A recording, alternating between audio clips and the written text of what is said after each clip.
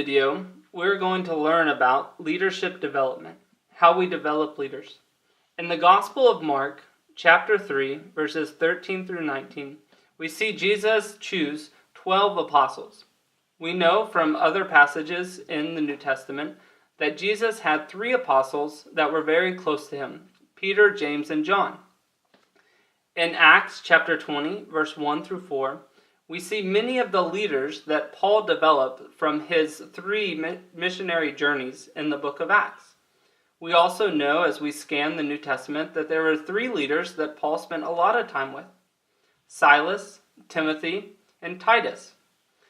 In 2 Timothy chapter 2, verse 2, Paul tells Timothy that what you have heard from me in the presence of many witnesses, entrust to faithful men and women who will be able to teach others also.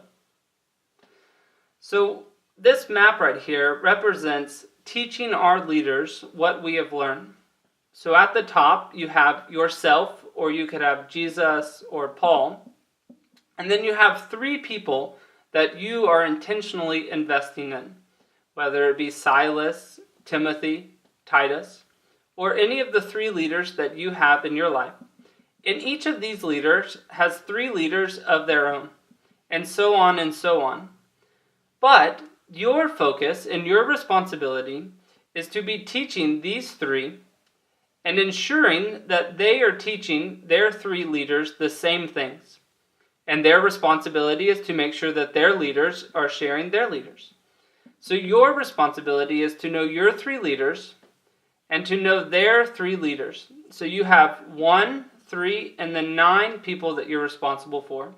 Yourself, your 3 leaders, and their leaders. You need to be teaching them how to make disciples. You need to be asking them how their prayer life is, how their marriage or relationships are going. Ask them how their disciples are doing, how they're obeying Jesus, how they're growing, how they're abiding in Christ. And in turn, they will then do the same thing. So now, take out a piece of paper and a pen and write out your map. Put yourself at the top. Write 3 leaders that you're intentionally investing time in every week. And then see if you know who the 3 people are that they're investing in. And maybe when you do this, you realize you don't have 3 leaders yet. And that's okay.